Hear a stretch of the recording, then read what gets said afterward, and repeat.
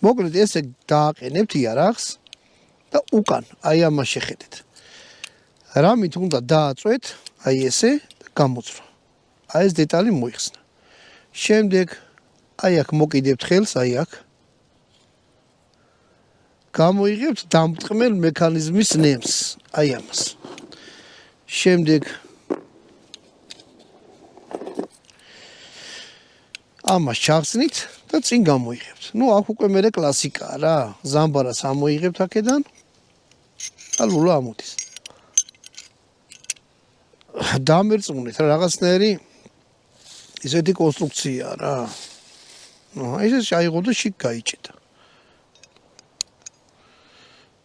აი ესეც არ მომწონს რა. ჩასმა დავიწყე და რაღაც აი 9 მიკრონით გვერდზე მომივიდა, აიღო და გაიჭედა. რატო ქნო ვერ გავიგე? წესით